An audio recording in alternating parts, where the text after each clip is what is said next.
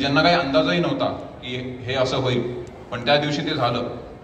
आणि आम्ही सगळे जे होतो, जे देवाच्या कृपेने म्हणा किंवा कोणाच्या कृपेने म्हणा, पण आम्ही जिवंत राहिलो त्या दिवशी.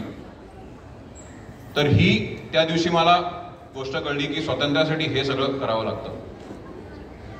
आम्ही तिकडे बॉर्डर पोस्टवर पोस्टेड होतो, तर आमच्या जस्ट ऑपोजिट एक 100-200 मीटरवर पाकिस्तान ऑक्युपाइड काश्मीर तिकडच्या पोस्ट होत्या. तुम्ही सगळ्यांनी ऐकलं असेल POK, पाकिस्तान ऑक्युपाइड काश्मीर.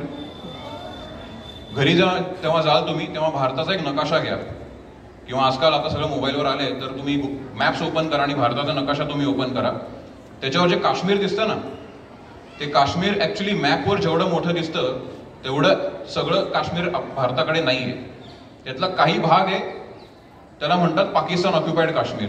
कारण की 1947 मध्ये जे आपलं स्वतंत्रतानंतर युद्ध झालं होतं, त्याच्यात त्यांचं सैन्य आणि आपल्या सैन्यांमध्ये काही वाद झाला होता, फायटिंग झाली होती.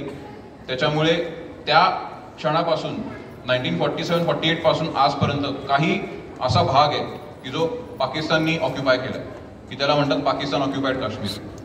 सो त्या बॉर्डरवर आम्ही जेव्हा असे होतो आणि मी जेव्हा बॉर्डरवर उभे राहायचो आणि पलीकडे बघायचो आणि पलीकडे पाकिस्तानचा झेंडा मला दिसायचा आणि माझ्या मागे भारताचा झेंडा मला दिसायचा, तर तेव्हा मला खरा अभिमान व्हायचा की मी भारतीय आहे, मी इंडियन आहे आणि ज्या जमिनीवर मी उभा आहे ही माझी स्वतःची जमीन आहे, याचा मला फार अभिमान वाटायचा. आणि तेव्हा मला खरं जे आपण म्हणतो देशप्रेम म्हणा किंवा पेट्रिऑटिझम म्हणा, तेव्हा मला खूप फील व्हायची.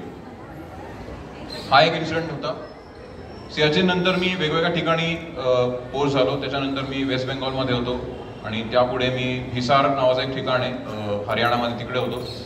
त्यानंतर परत माझं काश्मीरमध्ये पोस्टिंग आलं आणि काश्मीरमध्ये